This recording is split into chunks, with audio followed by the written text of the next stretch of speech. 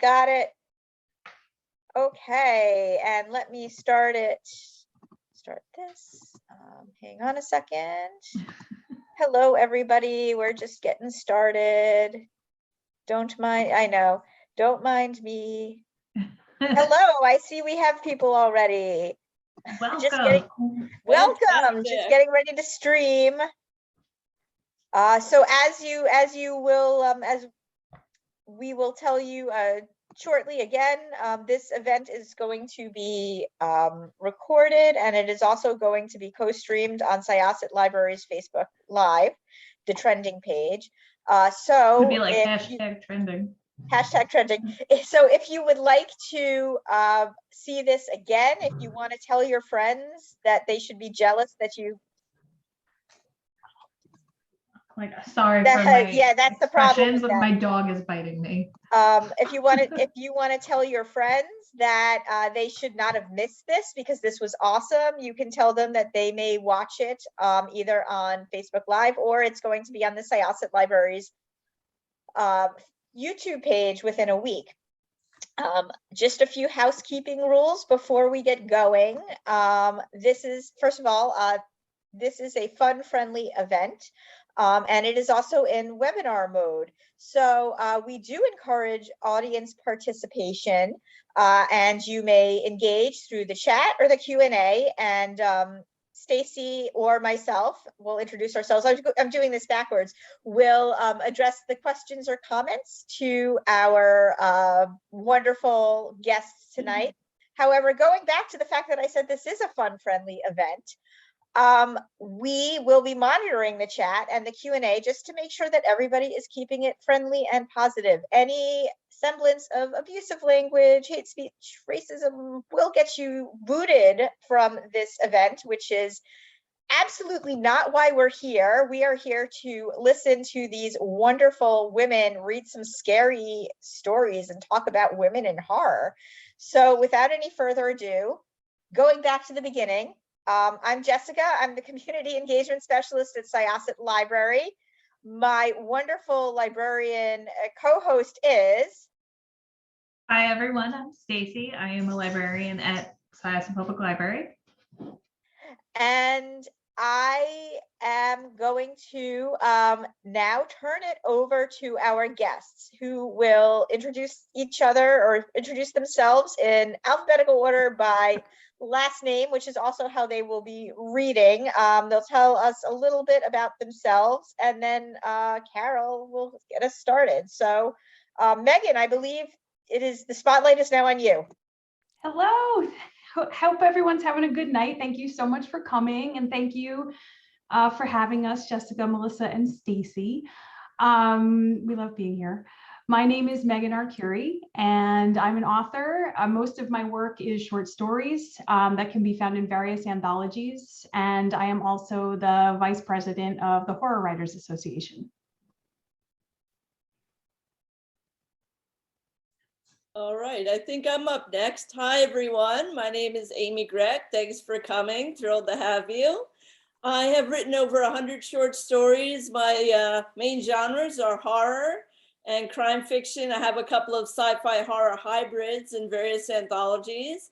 And I'm currently working on 3 separate novellas that will be out in the wild in a year or so. And I co-manage the New York chapter Twitter, the HWA New York chapter Twitter. So that's me. And we very much appreciate that, Amy. We do. Well, happy to do it, Carol. Hi, everybody. I'm Carol Gyzander. I write and edit horror and science fiction. I have about a dozen or so short stories in anthologies so far. And I do a couple of things with the Horror Writers Association. I'm the co-chair of the New York chapter, which is very fun, with James Chambers. And together we also co-host the Galactic Terrors Reading Series, which is on the second Thursday. And everybody who's with us here has read on our series, which is one of the reasons that we're here tonight, because it's fun to read to people.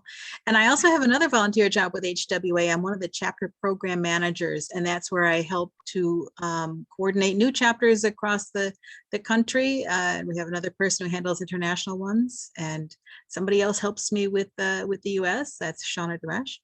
And that's a lot of fun because I get to meet and hear what people are doing in horror all over the country, which is fun. And she does a really good job at it. She's Yeah, totally great. No, Carol's she's dynamo. great at it. Carol is the dynamo. You guys are all getting $5 later. Yeah. Hey, pal. Well, No, kidding. Speaking of across the country, the three of us so far are from the New York area, but we asked Nicole to join us from outside of New York because that's fun too. So Nicole. My name is Nicole Givens Kurtz, and I'm the publisher and owner of Mocha Memoirs Press, which is a small press out of South Carolina that works to amplify marginalized voices in science fiction, fantasy, and horror. I'm also a horror writer and one of the 2020 recipients of the Horror Writers Association's diversity grant, and one of the 2021 Ladies in Horror grants as well.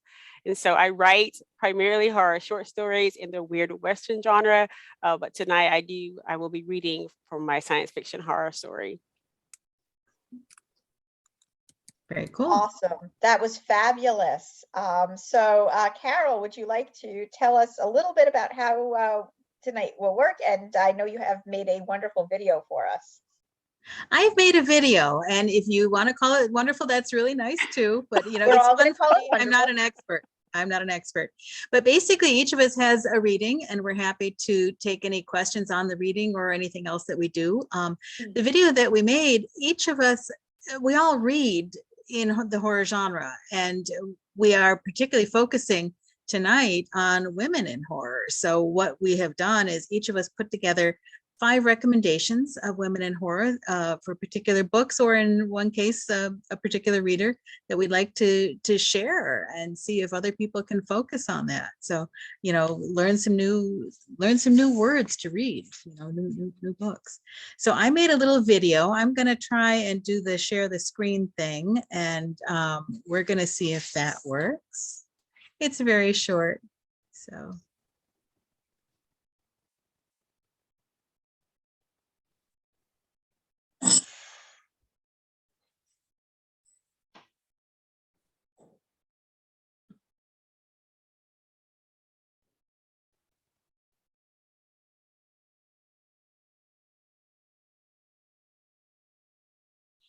Yes.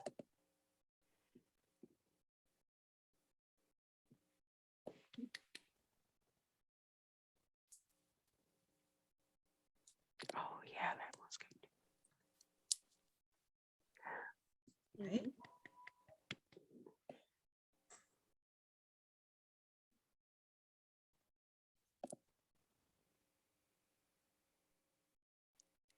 Yes. Okay.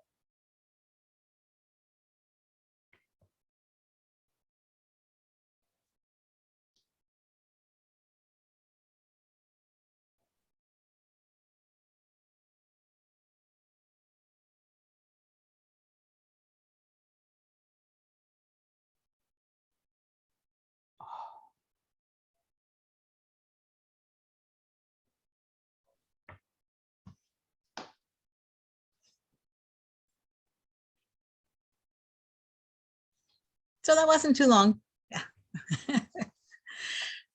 I hope Thank you, that, Carol.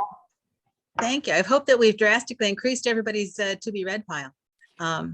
Jessica, what I'll do is I'll send the actual list of all these books to you afterwards. You know, we put the Amazon links on the screen just because that's easier for people to find them. That doesn't mean you need to buy them from Amazon. You should go to your public library and get Or your public library is awesome. We also and if you must purchase, because you know we all have those books that we absolutely must have. Your public library is awesome. Sample everything. However, local independent bookstores are also awesome.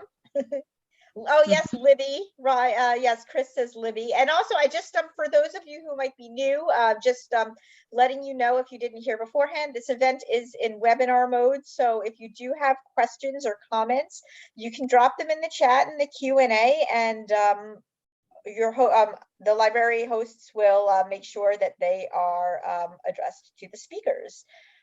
So once again, Carol, I'm turning it over to you. Thank you. Wow, that's terrific. First of all, I just want to say I'm excited that we're here. We had a great time last year when we came on, and we really appreciate the fact that the librarians at Syosset actually love horror. You know, that's just a wonderful thing. It makes a really big difference when somebody goes into a library to look for a book, and you guys have actual recommendations. It's just terrific. How about if we go ahead and get started? We've asked each of our readers to do, each of our authors to put together a short reading. How about if we start with Meghan? Would you like to read a piece for us and tell us what you're reading? And that sounds great. I'm happy to start. Okay, I'm going to mute myself because. All right. So I'm just going to get right to it.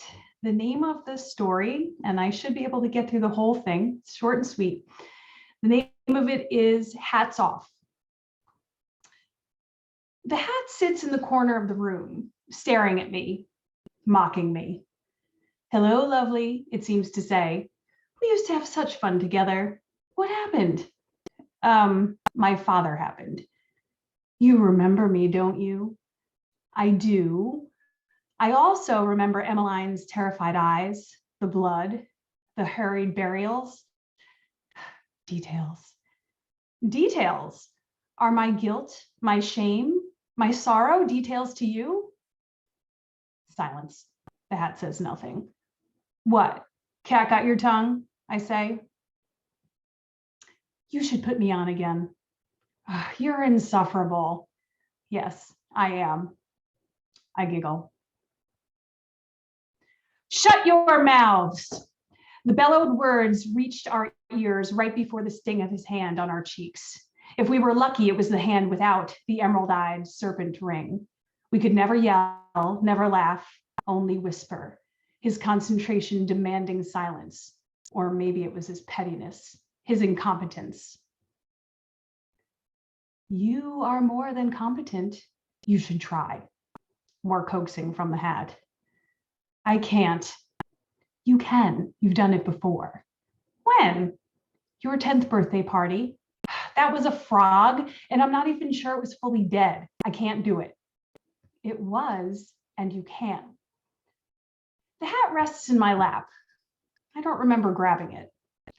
Black velvet, a satin bow around the base of the cone.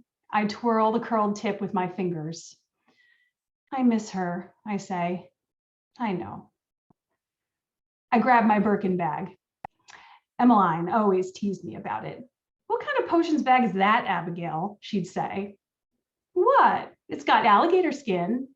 It's fuchsia. I shrugged a shoulder. A girl has to have a little style. She giggled. I miss that giggle. We knelt in our backyard, surrounded by the forest, surrounded by the cool autumn air. The branches of the weeping willows swayed above us. Emmeline closed her eyes and raised her hands. She made a bud rise. It floated in the air, spinning. It bloomed, the blossom at first small and delicate, then transforming into its full self, petals thick and lush and red. I squealed and I clapped, forgetting myself. The back door banged open, wooden screens smacking into the side of the house. He charged toward us with wordless grunts, dead leaves crunching under his feet. Emmeline stumbled, my hat falling from her head, the rose falling from the air. He grabbed the flower by the petals, removing the head from the stem. He grabbed Emmeline by the shoulders, lifting her from the ground. How did you do that? The spell, Father. He threw her to the ground. Her head slammed into a stone. I tended to her, held her, comforted her. I run to the kitchen and throw open the pantry door.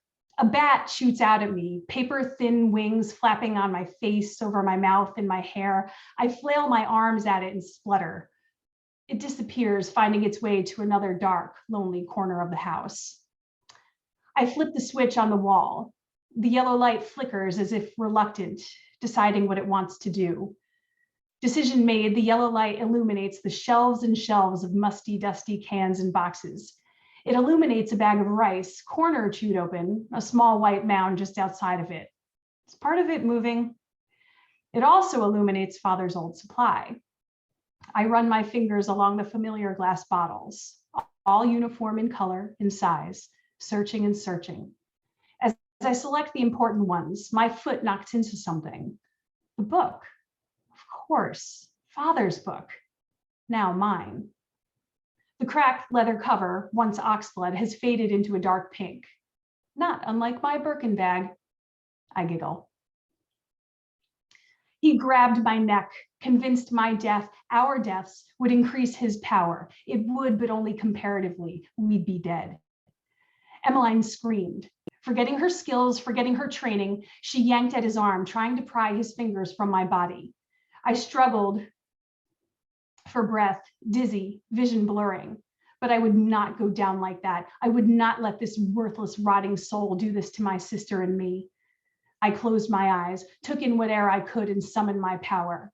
My hat flew to me, landing on my head. Finally, it said. A warm jolt passed through my body. I murmured the words as best I could. My hand heated and crackled. I opened my eyes and waved my arm. The bolt of lightning extended from my fingers toward him, toward his once angry eyes and snarled lips, eyes and lips now huge and round, full of shock and surprise. He cried out before I removed his head from his body. The pressure from my neck absent, I sunk to the floor. Emmeline sunk too, clutching her chest, her hands syrupy and red and sticky. I pulled her toward me, screaming, as her life dripped through her fingers. I am on the floor, hands clutching the book to my chest, the chest with an ache so deep it could pull me down, burying me, suffocating me in sorrow. I go to another dark, lonely corner of the house and find the bat, putting him in a leather pouch.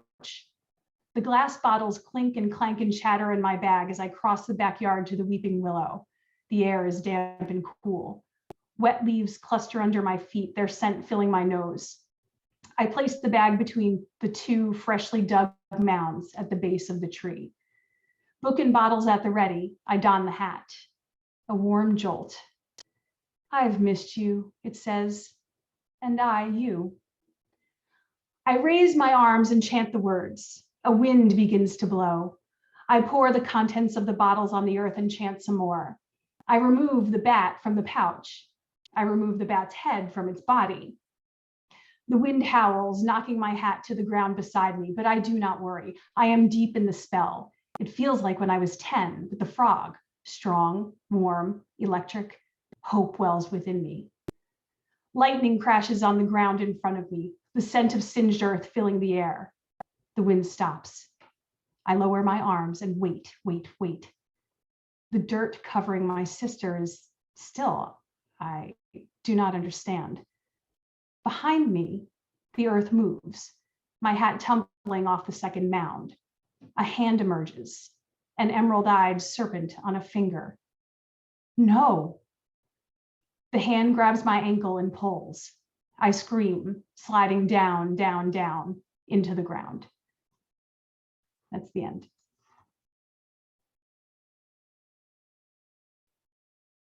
Thank you. That was awesome. Oh, Thank you. that's a powerful book. Yeah, fantastic. Cool. Cool. Is this in an anthology someplace, or is this a news story, Megan? No, it's kind of new. Cool. Oh, Yeah. well, thank you for sharing it with us. Yeah. Yeah, That's it was a good length for tonight. So Yeah. Yeah, that's true. Now, if anybody has any questions for Megan, feel free to put them in the chat. You're What, seeing a lot of praise. Yes, lots of Yeah. nice things for you. Yeah. Nice twist. Yeah. What brought this to your mind to write? You know, I wanted to write a witch story. I hadn't written one, and I wanted to do it, but I didn't want it to be crazy, like a crazy in your face witch story. And I don't know, it kind of came out, and I was glad that it was short. I wanted something short. A lot of times my stuff is short. This was super short, but it seemed to just kind of come together. You know, I hate the ending, but it just kind of like fell into place. You know, it was one of those things like I couldn't walk away from that. So I was like, all right, I'm just, I like her so much and I feel so bad, but it had to happen. Yeah. So. Yeah. I am constantly intrigued, and you ladies may find the same thing, that the people who write really horrific stories are often really nice, wonderful, sweet, and friendly people. You know? Yeah. I never expect these stories to come out of Meghan, and yet they do. We actually do have an audience question. Ooh. Yes. Oh, James. Hi, James. Yeah, do you prefer writing short fiction, or are you working on longer pieces too? Well, the bulk of my fiction is, yes, short, and my goal, however, is to write something longer. I would prefer it to be a novel, but if it turns out to be a novella, that would be fine with me as well. Sometimes though I have trouble though getting out of that short fiction mode where I come up with a beginning, middle, end, and I'm like, well, that's totally going to be 3,000 words. That's it. So I'm kind of having to really learn how to flesh out so it becomes a bigger piece. But I'm working on something and enjoying it. It's fun. Just taking my time with it. Mm-hmm. Maybe what we should say is that you're very focused on your stories. That's the way to say it, right? That it's not that I like that, Carol. So you can change your focus to a bigger one. Yeah, that's really cool.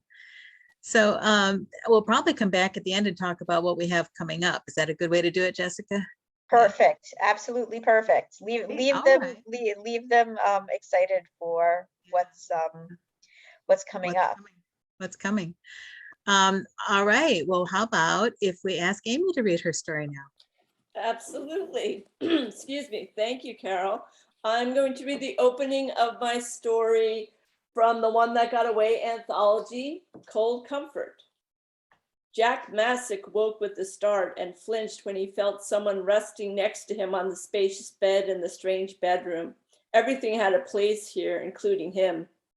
He waited anxiously for his eyes to adjust to the darkness while he tried to make sense of it all. Jack looked around and groaned when he realized where he was. Another strange woman's apartment, much larger and neater than his cramped studio. Waking up in strange places next to women he hardly knew had become a kinky rut, purely spontaneous, especially if he'd been drinking. He thought for a minute, struggling to recall the woman's name. Lately, they'd become a random jumble of desire, fueled by his insatiable libido. A moment later, it came to him, Sadie O'Grady. It fit her perfectly, given her bright red hair and wild temperament. Such an unusual combination of remarkable beauty and unbridled passion fascinated him and left him helpless against her charms. They met at Mango's, a tropical bar nearby. Hazy smoke lingered, dense and brooding, creating a hypnotic ambiance. Lou Reed crooned sweetly in the background. Lust filled the tight, dark space, oozing across the bar like precious liquid gold, yearning to be tasted. Jack drank in the crowd, admiring the bevy of beauties ripe for the picking, dressed in alluring outfits that clung in all the right places, accentuating choice cleavage and other valuable assets. That's when he caught a glint of metal out of the corner of his eye and snapped out of his daze long enough to remember his wedding ring, a simple silver band on his right ring finger, weighing him down. He slipped it off discreetly.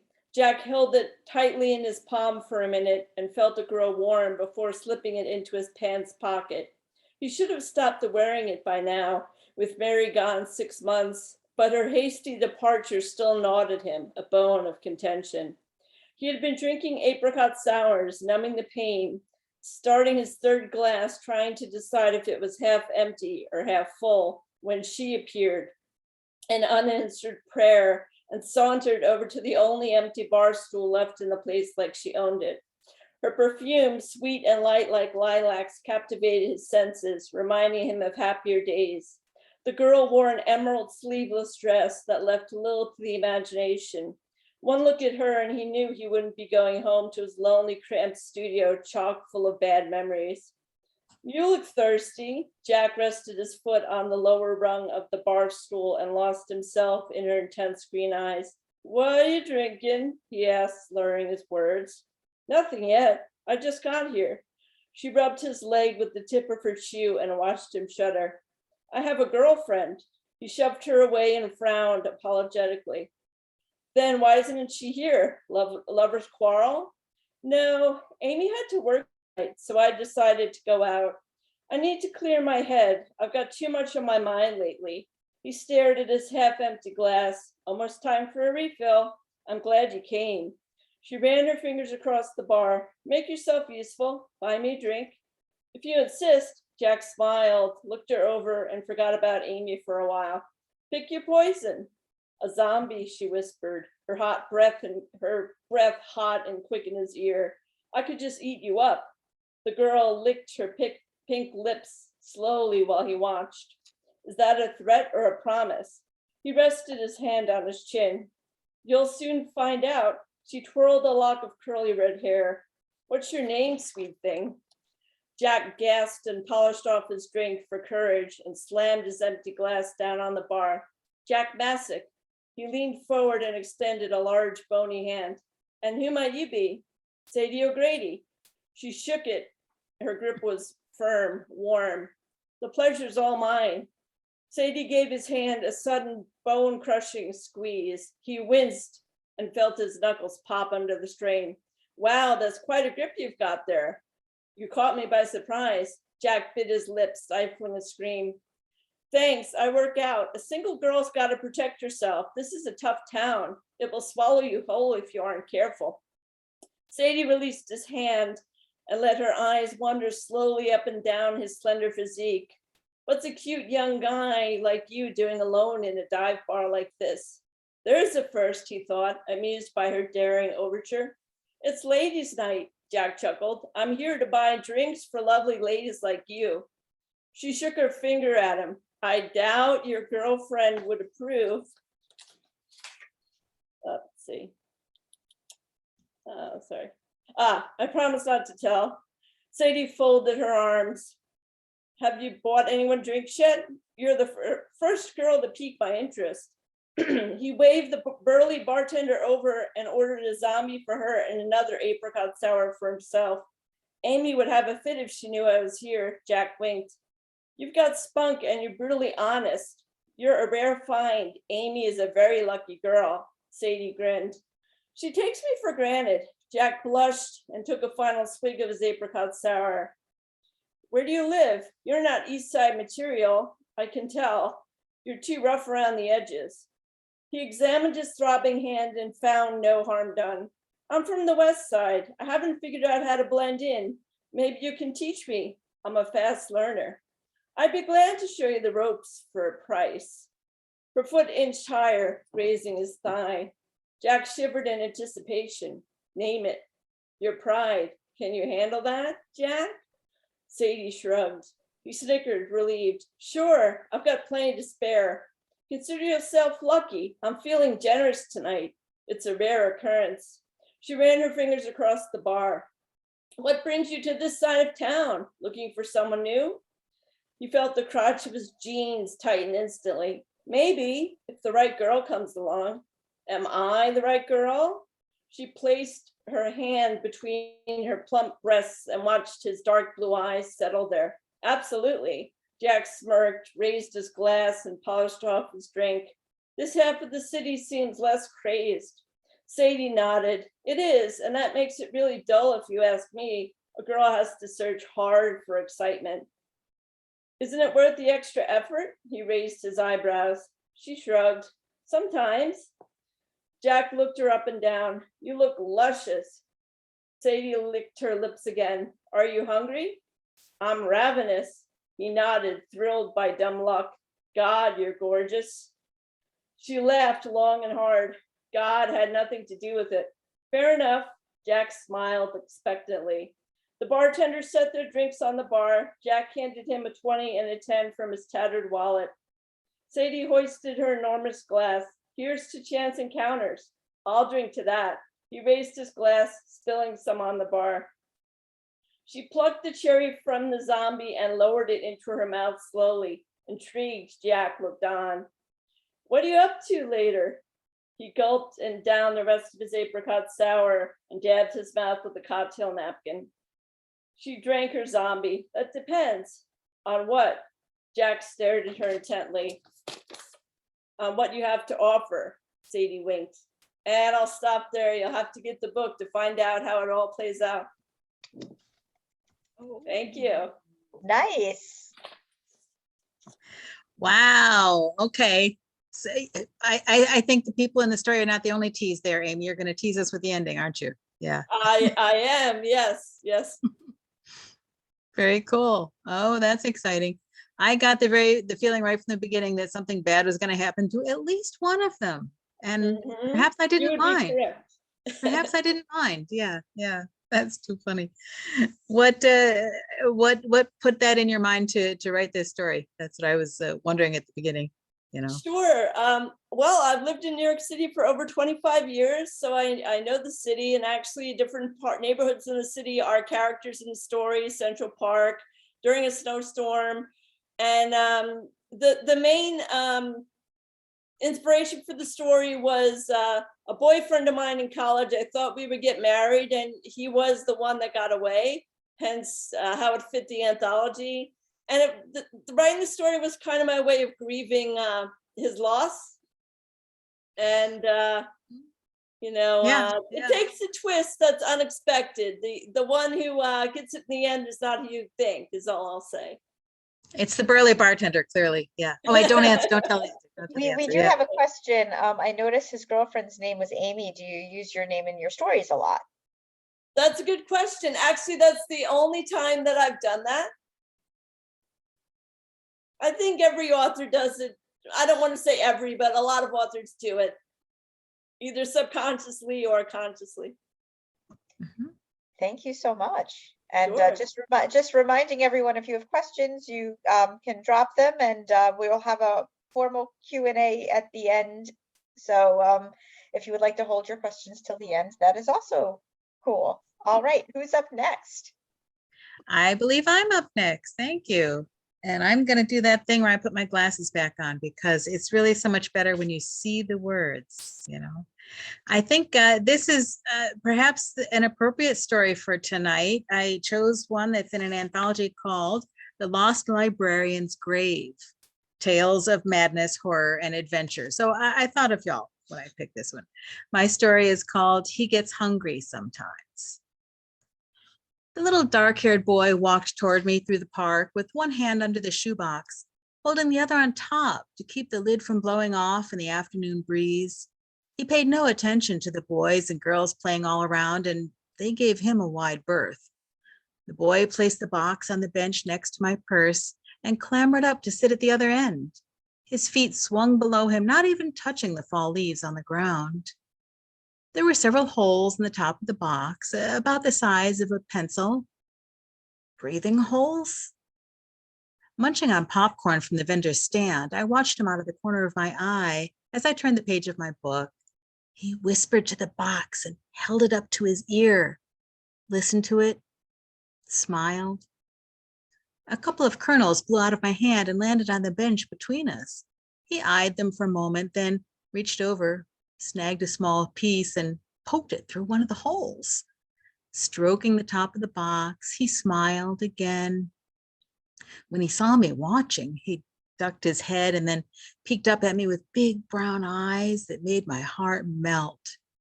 The boy spoke softly. He gets hungry sometimes. Sometimes? Like a snake? Yikes. I fought the urge to leap off the bench. Oh, really? Is that your pet? His little head nodded. Yeah, his name's Rocky. I suppressed a giggle at the idea of a pet rock named Rocky in the box. Three little girls squealed at the idea and called to each other as they began playing tag, running up and down the steps on the bleachers right behind us. He glanced over his shoulder at them, then went on. He's a good pet, and he always wants to hang out with me, even when nobody else does. I turned toward him a bit and managed to smile. Oh, I'm glad. Not everyone has a pet when they're your age, you know. You must be pretty good with pets. His forehead wrinkled as he frowned.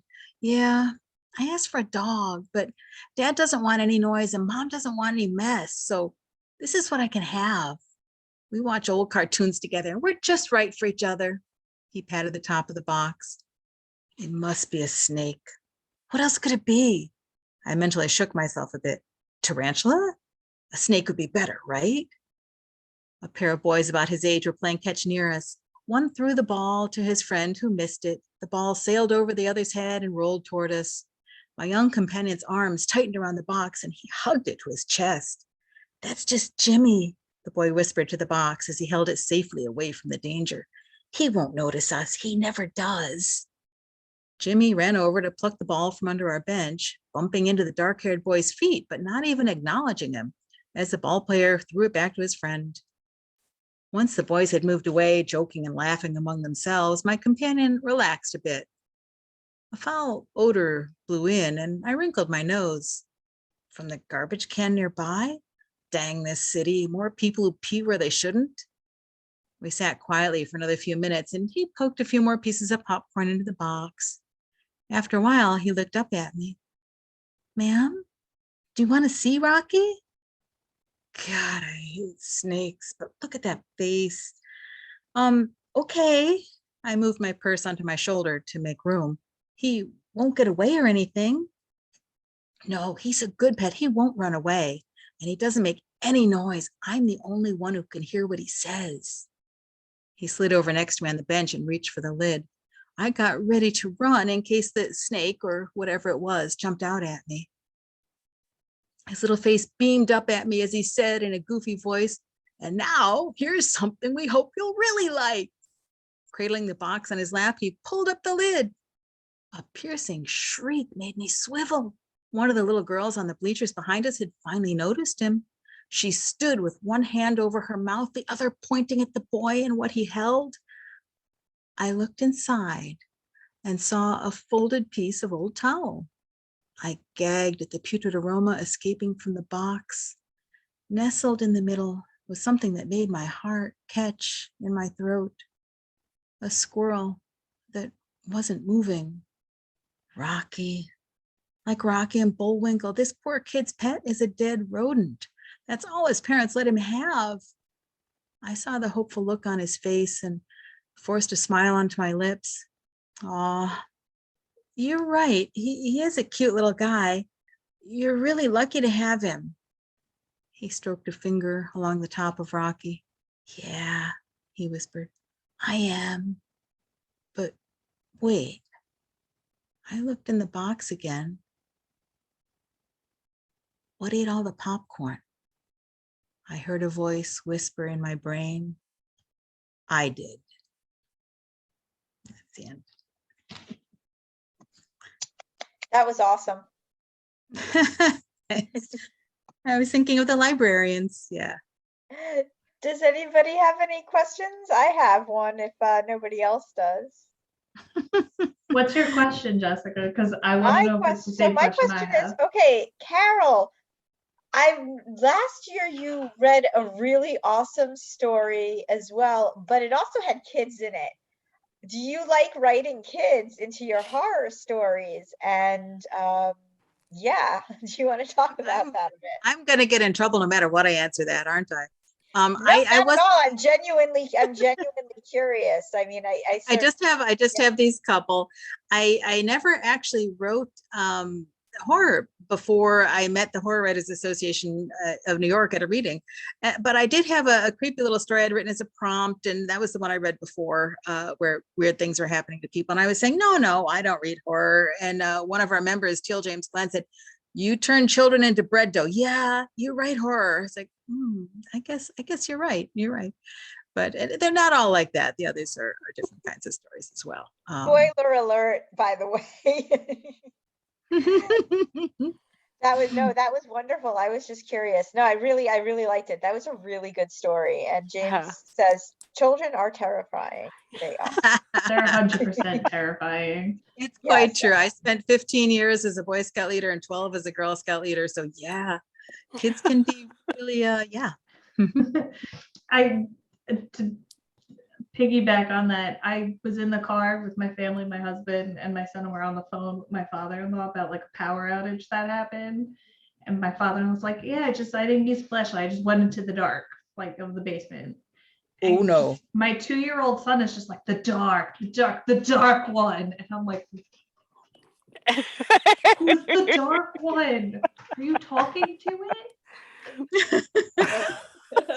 So yeah, kids are terrifying. But my question, I thought we were gonna have similar questions, Jessica, because we usually do, is what inspired you to make Rocky a squirrel? Like was it because you wanted to do like the Rocky and Bullwinkle, or? Yeah, it did come out of the Rocky and Bullwinkle. You know, it's one of those little stories that went a couple different ways, you know, but the first time I wrote it, it wasn't a horror thing, and it really was a pet rock. But then I said, let's see if we could put a little twist on this, you know.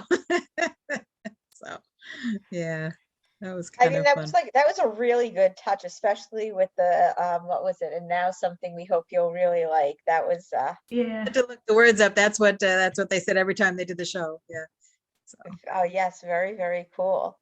And now they want us gone now. Yeah, I have twin sons, and they have some things that they say, but this event is not about that. However, I will say, you know, when I watch The Twilight Zone, usually the ones with kids in them are the creepiest ones. And the most heartrending. Yes. Yeah. Yeah. But I remember, like, you know, like the one with Bill Mummy, where there's two with him, but it's the one where he's like Anthony, that crazy kid who has like godlike powers. Like, I don't know, like, so when I was younger, I don't know why, but I never found it that scary until all of a sudden, yes, It's a Wonderful Life, or is it? It's a Good Life. It's Wonderful Life. Anyway, I never found that one as scary. I was like, okay, it's a little creepy. And then I was pregnant, and I was like, oh my, this is terrifying. This is absolutely the most terrifying thing ever. But it wasn't until like that. Go to the cornfield. That moment, that I'm sitting there, and I'm like pregnant with twins that are probably both going to have red hair and big blue eyes, and I'm like, no, I can never watch this again. That's funny.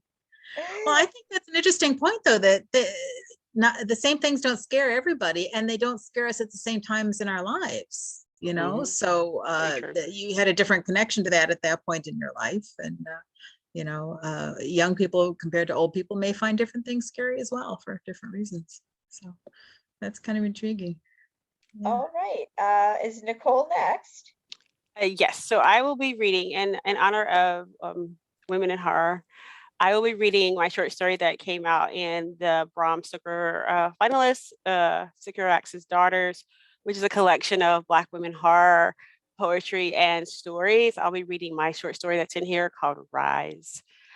I believe I can read it in the allotted time, but feel free to, Carol, to call me out if I go a little over, okay? It's like, it's only 9 pages. Okay, so Rise.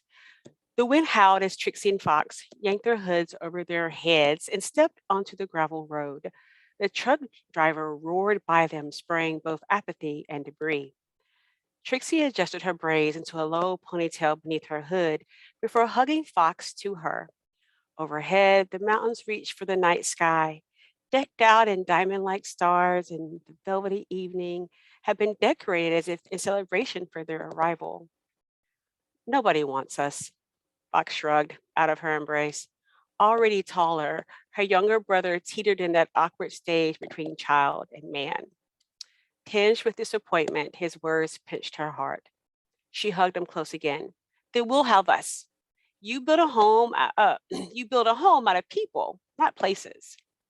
Trixie linked her arm through his, and despite the scowl on his face, she saw him grin quickly before allowing it to dissolve again. We'll rise from the ashes of our past, Trixie patted him on the back. Uh-huh, covered in soot. A small chapel rose out of the dust, and Trixie headed there as Arizona's sky opened up and rain fell hard and fast. Running to the worn wooden door, she and Fox huddled from the raging squall. The tiny archway provided little cover as the rain pelted them. Can't you do something? Fox shouted above the clap of thunder, and Trixie sighed. It's just a little water. I'm drowning, standing up. And Trixie placed her palms against the wood and concentrated. She can feel the molecules accelerate faster, and soon it crackled and buckled beneath her fire. She burned through the door enough for her to stick her hand in and unlock it.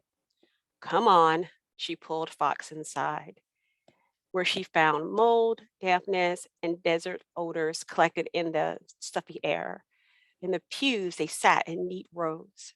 And Fox picked up one of the tiny tea-light candles and passed it to her. And with a snap of her fingers, she lit all 3 rows of candles, including the one in Fox's hand. Her powers had grown since the Flagstaff forest fires. Say that 3 times fast. Trix, he shouted, startled by her action. He placed it with the candle with the others before turning back to her. You could have burned me. She looked back over her shoulder. No, I have better control now. He inclined his head and thankfully did not push the matter. She wiped the ash from her hands and took a look around. The tiny chapel had been deserted, and dust bunnies and layers of sand covered everything. But not that the conditions meant anything. In the desert, dust and sand, they covered everything, except in Phoenix. She would dust off the ashes of her past there. Doesn't look like anyone's been blessed in this place in a while. It's a blessing for us then, isn't it? Trixie picked up a hymn book. Its jacket had been worn down to the cardboard inside. Fox quirked an eyebrow at her. I guess so. She paused at the hesitation in his voice. His locks, a bright sun brushed red, provided evidence of their father's Irish lineage. His dark skin, however, spoke to their mother's deep roots in Africa. But like so many in the afterthroes of a collapsed country, the genetics didn't matter. Only what they could do with their abilities. That's what mattered. But not in the land of the sun. All were equal there. I know it ain't the best of situations, but it's the only place for tonight. And tomorrow, we see the sun, Fox finished. She placed the book back on the pew. He tossed his hood back and his long dreadlocks spilled over his shoulders. His eyes glowed in the evening gloom. It ain't going to be no different there. Nobody wants us. Too dangerous. Trixie plopped down into the first pew and conjured fire from her palms. She held it high as she searched around her immediate area, fatigued, hungry, and crashing from the adrenaline waning in her veins. Trixie couldn't wait to put her hands on the right words to ease Fox's fear. All are welcome there. You remember those stories of emancipation we read on the internet? Of the Israelites out of Egypt, of the Africans who escaped slavery to the north? Closing her eyes, she forced the flames in her hands to recede. Her palms stung, but she didn't bother to check it. Not anymore. Her hands carried the black char of ash. The doctors and the scientists, they couldn't stop that. The tests, the surgeries, and the numerous drugs all failed to eradicate it. A genetic oddity. Magician, freak, nigger. She rolled over onto her side. None of those labels meant anything in Phoenix. Everyone could take flight. I bet that place ain't seen nothing like us, Fox huffed. He kept trying to find some identity, some adjective that would make him fit in a world obsessed with identifying everything and shoving it into its proper place. We are dangerous, Fox, and tired. Well, I am. Trixie stretched out on the pew and folded her hands behind her head. Her thick frame didn't quite fit entirely on the narrow wood, but she made it work. Her hoodie served as an adequate pillow. Maybe we wouldn't be dangerous if they hadn't kept us like animals in that place, Fox said.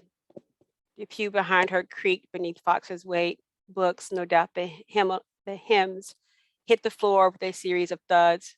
Fox. All right, letting it go, sis. She smiled. Good night, Red.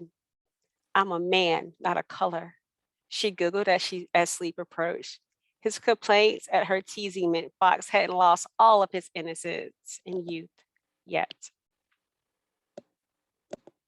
The smack of the chair forced Trixie to jump awake with a shriek. Startled from her slumber, she fell with a crash to the floor. Worn and frayed carpet had muffled some of the sound, but Trixie had been spooked.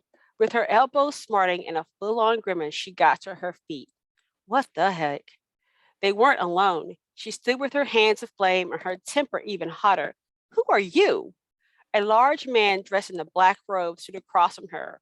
White blonde, shoulder-length hair, and cold as her eyes loomed beneath the cloak's hood. Hello, Trixie stepped in front of the pew where Fox had just set up. Trix? He yawned from behind her. Who are you? She positioned her hands. She took in everything in flashes: the brightness of the chapel, the silence of the man, the scent of something other in the air, the hush from outside. Last night, the chapel had been abandoned, no signs of life at all. But then, in her exhaustion, in the gathering dark, she could have miscalculated. Hey, she's talking to you. Fox pulled himself up to his full height. The man in a robe faced them and threw back the cloak's hood and nodded in Fox's direction. You aren't headed for the sun, are you? And who are you again? The sun is a funny thing. It attracts with its beauty and warmth. It also kills with those same qualities. When he spoke, it thundered like a powerful waterfall. The hairs on Trixie's neck rose at the man's sheer power, and fear started to gnaw at the edge of her courage. What was he? Oi, we asked you first. Fox's glowing eyes shifted to her and then back to the man. Trixie lowered her hands and mentally extinguished their fire. If this escalated, Fox could get hurt. I'm sorry. We trespassed on your property. Trixie picked up her pack. The man nodded again. Apology accepted. We didn't see no sign, nothing, Fox added. The leader in the cloak had taken several steps toward them, but halted at Fox's words. So, who are you? Trixie asked again. She adjusted her hoodie as she walked closer to Fox. If they had to make a run for it or fight their way out, she wanted to be within arm's reach of him. She wouldn't let anything come between her and freedom. To be her true self, she'd rise above. My name is of no importance. What I do now, that, Trixie and Fox, is what matters most. How do you know our names? Trixie took several steps back. The man flashed strong white teeth, but they lacked warmth. One death dealer knows another. Trixie tightened her hands into fists. Death dealer. No one had called her that. Not since the lab. I don't deal in death. Not anymore. No? No. Bleary-eyed, hungry, and threatened, Trixie struggled with indecision. With the stranger's intense watching, she wanted nothing more than to bolt, to run, or burn the entire place down to the ground. The latter sounded much better. She showed him death.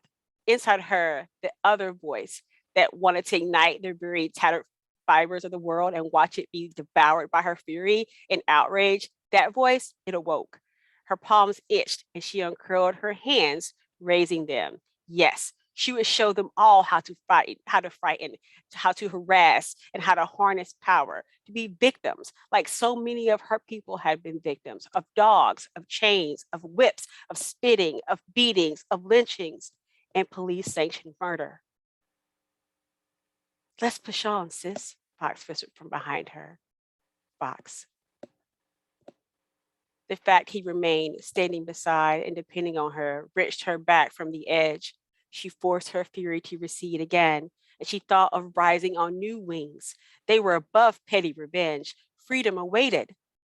Trixie swallowed the acidic taste on her tongue and backed away from the man and his troop. The man. He remained standing, his pink face shining as if he were sweating hard. His bulk, his voice, his unrelenting stare had nothing on the creepiness and the iciness of his smile. And he kept grinning as she stepped through the chapel door. Once outside, Fox yanked up his hood. What the hell? Let's just go. Trixie started towards the mountains again. We need to get some food and we need to get out of here. Death dealer. She hadn't heard that term in, well, since the first time they escaped from the lab. And death trailed them like powerful and expensive perfume that lingered in the room once you've already left. The bodies in their wake hadn't all been their fault. Still, it lingered in her. The redhead nurse kept screaming as the lab burned around them, her hair aflame, her eyes wide with agony. Death dealer. And I'll stop there. Thank you. That was really great. So yeah, wow, that was awesome. So Powerful. questions, comments? Thank I you. have a question, if I can. I think this is the coolest anthology in the world. So tell us how it came about. How did this whole thing? Oh, cigarette starters? Yeah. I wish I could say so. Dr. Kenitra Brooks is a professor, and she was actually working on her thesis, which is on Black horror. And you should definitely get the nonfiction companion to this, which is Searching for Cigarettes. So she had the idea of collecting Black horror by women. And so she reached out to Dr. Susanna Morris and Linda Addison, who's brilliant. And together they began to, over the course of, I think, 2 or 3 years, they began to seek out Black horror women fiction writers and to kind of gather and collate this anthology. So it was definitely the brainchild of Dr. Kenitra Brooks, and the work and editing, of course, were Dr. Brooks, Dr. Morris, and Linda Addison. Mhm. And Cool. I just was one of those people that were like, hey, Nicole, I had a story somewhere that Linda saw and was like, hey, Nicole. And so I was privileged enough to get the opportunity to submit my story. Mm-hmm. Mm-hmm. Well, the cool thing, Linda Addison was one of the folks who read with us here last year for Women in Horror. And you were on her video of books she recommended. I just want to say, Nicole. Oh, thank you. I love her. She's awesome. She's That's a great. treasure. There Yeah. is more, of course, to that story. So if you you can get the audio version is available through Realm, which used to be called Serial Box. The audio is available if you want to hear it. Someone a lot more talented than me reading it, or you can get a copy of Cigarette Starters. And there are way more wonderful works there beyond Rise. Nicole, is it part of a larger story or is it a standalone? It's a standalone. It does have a conclusion, Okay. but you're not the first person to ask that. When people read Rise, they always ask for, are there more stories in that universe? It feels like a very big world that I don't know, that you could play around in. So I'm super curious how you end it. You are not the first person to say that. But yeah, it's a standalone story. Are there more stories in that universe yet? Maybe that's the question. Yeah. Would you ever write Right. more in that same world? I would. I like Fox, and I do, but yeah, absolutely. Cool. Yeah, that's really neat. Thank you. We have a few questions and comments in the chat. Stacy, do you want to take some of them? I can. I am answering someone's question in the chat on chat, but I'll answer it out loud because it's relevant to #trending. There is a meeting tomorrow with, let me pull up our calendar of events. Oh, yes. Trending author luncheon visit with Sarah Weinman, and that's at 12 p.m. Eastern time. It's available on our calendar of events. If you go to syossetlibrary.org and click the fun, I think it's a purple button, view calendar of events. The Zoom link's on there. I don't know the other question. Sorry, I had a hop up briefly. No, that's fine. For a second, I saw meeting, and I was thinking, yes, and someone was asking what else. On March 10th, we have Richard Chismar, who's the author of Gwendy's Final Task and wrote the Gwendy trilogy with Stephen King, virtually at Syosset Library. But we do have some questions for Nicole, and one question is, hang on a second. Where can they buy the story /book? There you go. Cigarette Starter, it's available on Amazon. Do you need me to put the title in the chat? Sure, that would be lovely. Sharing is caring. Hang on a second. Yep, where do I get the story? Let's see. Precious links are welcome. Yeah. Okay. Very cool. Well, I mean, I loved it. It was really great.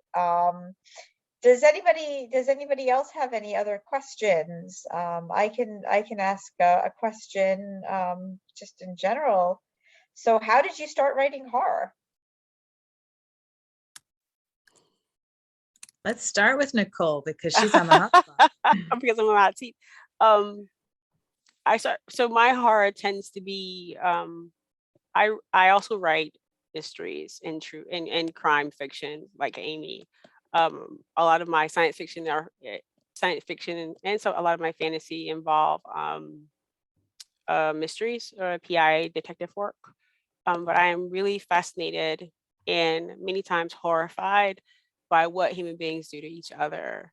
And so a lot of my work in terms of horror are not monstrous. Like I very rarely have a monster.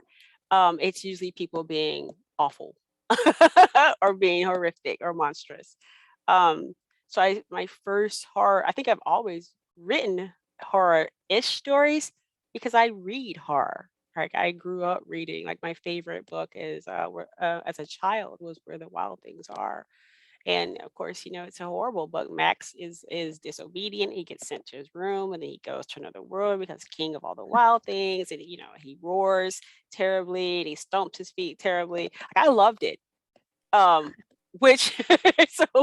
it just proceeded from there. And I've continued to read more. My mom, I remember being in middle school and my mom was like, why do you keep buying all these Stephen King books? Like, this is really bad stuff. But I'm like, I love this. Nope, I love this. Nope, Mom, I love this. You want Barbie? No, I don't want a Barbie. I would like to have a Stephen King book. And so, and of course, I'm a child of the 80s. So my Friday night consumption was, everything horror from Blockbuster that was slasher. And so it's a huge part of who I am. It's a huge part of, I like to explore how people deal in really challenging situations. And so that's kind of my thing. Yeah. You tend to write what you love. Yeah. Awesome. I did. I said a little bit already that I didn't set out to write horror, but I grew up watching the Twilight Zone and all those things. And when I was 6 years old, my parents woke me up at midnight because they wanted me to watch Little Shop of Horrors, the original black and white version, which was on the midnight show. Oh, nice. So I'm 6 years old watching this, like, this is really cool, and then they put me back to bed, so I just, they weren't horror people. They just thought it was really interesting, so I thought everybody watched that stuff. So what do I know? Yeah. My favorite movie is The Crow, right? And so this idea of love continuing and people getting their comeuppance is huge. A great theme. Be careful what you ask for. Yeah. Mhm. Yeah. What about you, Amy? Yeah. Yes, thanks, Carol. When I was 12 years old, my family took a weekend road trip up to Kingston, New York to visit an aunt and her family. And she handed me 2 Stephen King's books. I was 12 at the time. And she said, oh, here, honey, I think you'll like these. And she gave me Cujo and Pet Sematary. Oh my gosh. Nice. And Wow. I've always had an overactive imagination. So I figured, why can't I do this too one day, even though I'm a woman? So. Well, not at the time I was a young girl, but you know what I mean. So. Mhm. Yeah. Cool. Thank goodness for ants with crazy books, huh? Exactly. Yes. And my parents luckily let me take them. They could have said, oh, no, but they didn't. So thanks, Mom and Dad.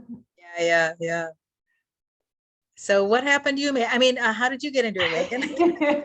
Actually, I blame 100% Borderlands Boot Camp, which for people who may not know is a writer's workshop. It's a 3-day intensive writer's workshop. And about 10 years ago, I do not have a background in horror. I didn't set out to I didn't always want to be a horror writer. I didn't have, all these great experiences that you guys were talking about. But when I stayed home to raise my kids, I just started reading like a ton of books, just tons and tons, mostly urban fantasy, really tame stuff. And so I was like, oh, I can do this. And I sat down and I tried to do it. And I was like, oh, maybe I need some help doing this. And so I came to Borderlands Boot Camp, and they deal primarily in genre, but any kind of genre. But when I got there, I quickly realized all of the people there, including Tom Monteleone and F. Paul Wilson and Doug Winter, were horror people. And I was like, oh, I'm among the horror folks now. And so like I ended up befriending a lot of the people, and hey, you should write horror. And I was like, what do you mean I should write horror? It's scary. But then I wrote one and I was like, oh, this is fun. Like it's actually so much fun. And I mean, for me, it's kind of like I get to play all these parts that I like. This is so out of my realm that it's fun to like, sit inside someone's skin, if you will, and like be them for a while, and good, bad, or indifferent. And it's nice to explore, thoughts and feelings that I wouldn't necessarily have myself. So I've really enjoyed that part of it. That's cool. That's cool. And I understand Borderlands is now changing hands, right?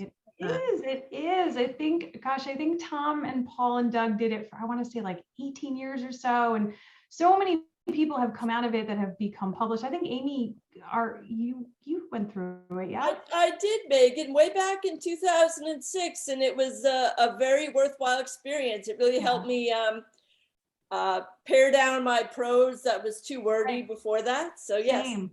Yes, absolutely. And now I believe they passed the baton to Brian Keene and Mary San Giovanni, who I'm so excited about, because I think that they're very close with Tom, Paul, and Doug. So I think they really understand the program and the benefits of it, and they're just such great members of the community. So I think if you can do it, I think you should do it. It's such a wonderful program. So I can't. It's on my list. I'm hoping to see the world calm down enough to go there. So yeah, that too. Same, Carol, same. yeah. Oh, that'd be fun. Let's go together. Oh, we should. That would be great. Room together. Yeah, you guys could totally. Yeah, that'd be great. Well, This has been absolutely so much fun. Does anybody have any questions or comments for the panelists before we sign off? while we're waiting for Oh, sorry, go ahead, Melissa, go ahead. Sorry, I just jumped in because I saw the chat was kind of working. Who are some of your inspirations? Like obviously you guys all seem to have picked up Stephen King to start with, but who else is some of your inspirations as writers? I was a big fan of Ray Bradbury, actually, who is not exactly horror, but he writes some really weird, creepy stuff. And I like a story that starts out like everything is normal, and then it just kind of goes, a little bit off. So that's what I tend to like. And that probably comes from the Twilight Zone that I watched so much as a kid. And along the same lines, Carol, Franz Kafka's story, The Metamorphosis, I read it in college, and then I kept the book, and I reread it from time to time, and it's just so well done and morbidly fascinating. Yes, true. So I was really influenced by Robert B. Parker, who writes the Spencer novels. If you guys remember Spencer and Hawk, he writes more than that, of course. He writes Westerns and a few other things, but Robert B. Parker is a master at dialogue. And so I really enjoyed, Patricia, God, my brain. I was really heavily influenced in terms of horror by Shirley Jackson and, Edgar Allan Poe and Tanarina Due and Octavia Butler, and like I have a laundry list of people who were very influential on my work. Sue Grafton in particular, who wrote The Alphabet Murders. A is for Alibi, B is for Yep. Well, suspense and horror have a lot to do with each other. And I write a lot of suspense, mystery, thrillers, and horror. That's really Yeah. cool. What about you, Megan? Well, what got me kind of on the urban fantasy kick was Kelly Armstrong. I thought she Yeah. was wonderful. Just I love she develops her characters so well. And then, then I did start reading Paul Wilson and Doug Winter, and their prose is so clean, and it really helps me to pare down my prose as well. And these days she's not horror at all, but Maggie O'Farrell, who wrote Hamnet. She is like I read her stuff and I am like, I will never be this good. I should just stop right now because she's so amazing. That's kind of like my, reach, like to get to that level. So maybe one day. Yeah. Well, I have one last thing, as we're wrapping up here.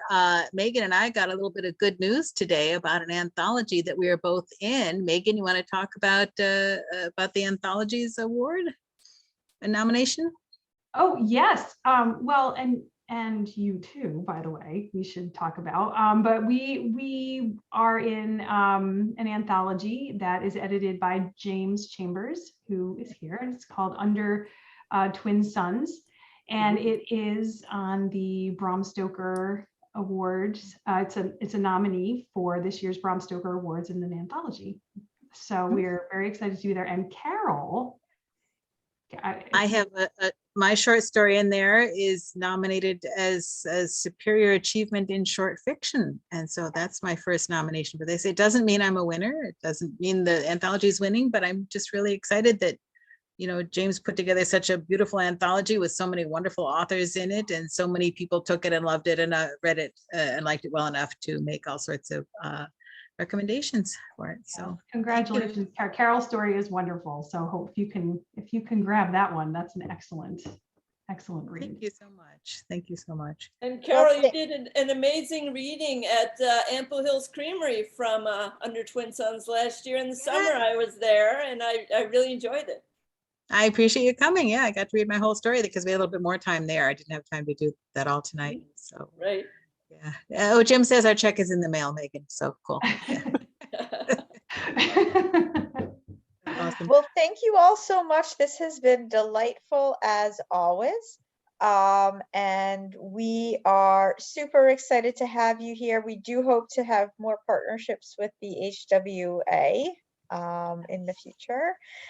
In the summer, as we did last summer, we will be celebrating Summer Scares again. I noticed that you had Becky Spratford's book, the Horror for Libraries book.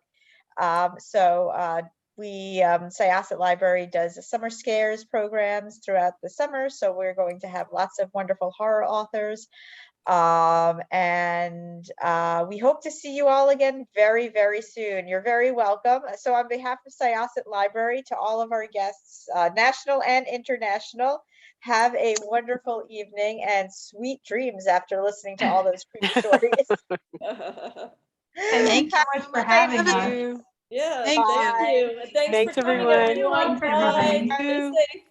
Stay safe. No problem. Bye. Thank you. Bye. Bye.